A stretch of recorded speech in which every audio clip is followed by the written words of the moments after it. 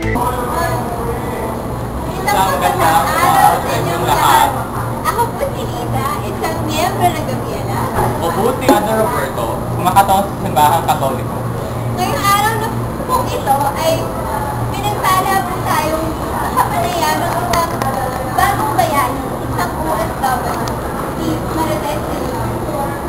Sa kwentong ito, tututusin natin kung paano nangarap si Marites at nabigo ang mga anak niya at muli na bumangon sa karupukan ng kanyang dinadala. Magandang umaga, Marites. Di na kayong kapalig-ligoy pa. Ano nangyari sa'yo? Pwede pa kisalaysay ang iyong buhay? Nag-apply ako sa isang agency na dapat na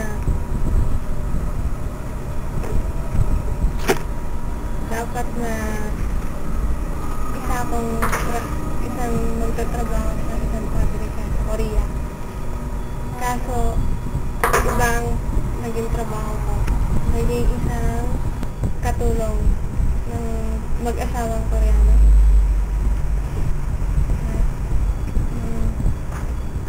Sa una, naging mabait sila. Ngunit nung kalaunan ay pinahihirapan na nila ako. Binubugbog. Minsan, hindi pinapakain. So, pag sinasabi mong minamaltrato ka nila o binubugbog ka nila, ibig sabihin ba, ito ay ginagahasa ka rin? Maraming beses pa itong ginagawa sa'yo? O isang beses lang?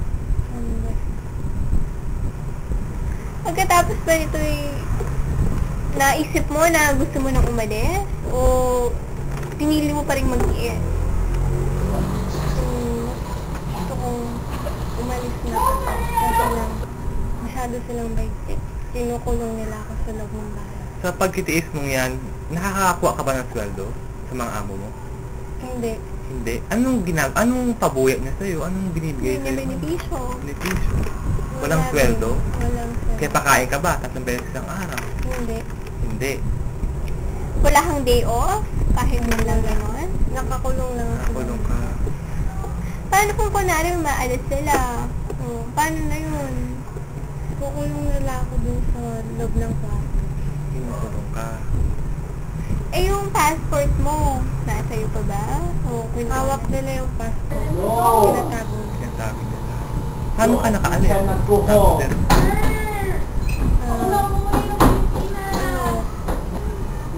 Sa bintana ako kumalon. Tapos agad ako pumunta sa embassy. embado ng Pilipinas.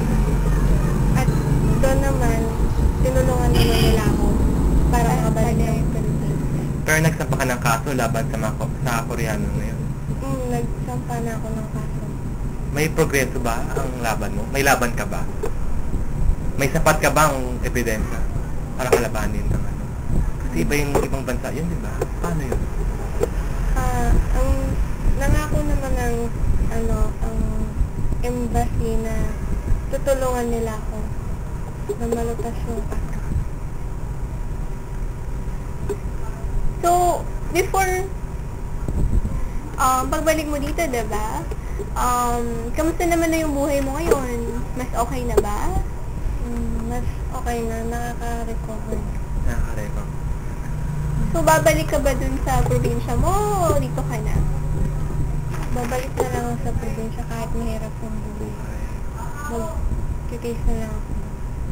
Mas maayos pa buhay namin. Nagbabalik lang, tanaw lang tayo, Marites. Bago ka na pumunta ng Korea, anong buhay mo talaga? Pwedeng isalaysay. Paano ka napunta sa Korea? Kasi hindi mo masyado nabigyan ng DN. Paano ka napunta? Sino nag-recruit sa'yo? Kapit-bahay namin na nag-recruit sa akin. Marami rin ba siyang ibang nilirecruit? O madami din. Madami rin akong nakakasama ng recruit. Ikaw lang ba yung pinadala niya sa Korea? Or marami pang iba? Marami pang iba. Nasaan lang yung mga kasama mo ngayon? Wala akong balita sa kanila. Ayun, so, ilang taong ka nung pinadala ka sa Korea? Marites! 18. Ito na yung pagkakas mo! bawal yun. Alam mo bang bawal yun? Ay, binago niya. Alin na rin, tita. Ayan na yung pag-release niya. Alis na siya. Yayaman na kayo. Hindi mo ba napansin? Nagkahinala ka ba na parang medyo illegal ang ginagawa niyo?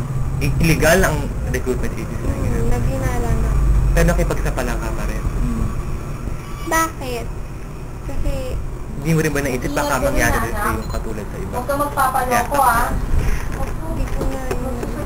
Dahil sa kahirapan din. At hindi talaga makakainala. Ang iyong nanay ba, yun taong kasama mo sa bahay, di ba? Kamusta naman siya? Ingatan mo ang anak ko. Ginagawa niyo ng mga panahon na yun? Alam ba ng nanay mo kung nangyari sa'yo? Trabaho niyo ng mga oras na yun? Isa lang siyang tindera sa palengke. Sa araw-araw naman nakakakain din. Kaso kulang pa rin. Hindi pa rin sapat. Ikaw, nakapag-aral ka ba? Hindi ako nakapag-aral. Second year college. Ako, si Tita, isang miyembro ng Gabriela.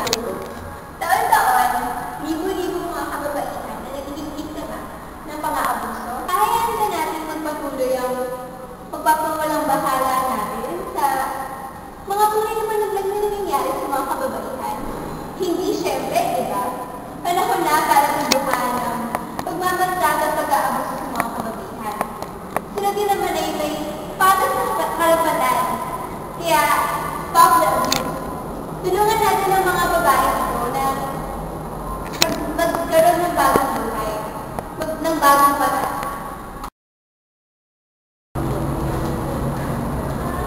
Huwag mo kalimutan na buhay Marites. Ito ang nagpamulat sa Pilipino na kung gaano hirap talaga ang Pilipino. Dahil ibang Pilipino, ang pag-iisa ng bansa ang susi para maligtas ang sarili sa kapangkat. Siguro ganyan talaga ang Pilipino. Ligtas na matulungin at mapaganda. Bilang mga katawan ng kapangkat, dapat magtulungan tayo para masugil ang kahirapan ng bansa. Kumilos tayo bilang isang mamayanan at itulong ang isang alikain na mapabuting pananaw. Magtayo tayo muli ng bagong Pilipinas.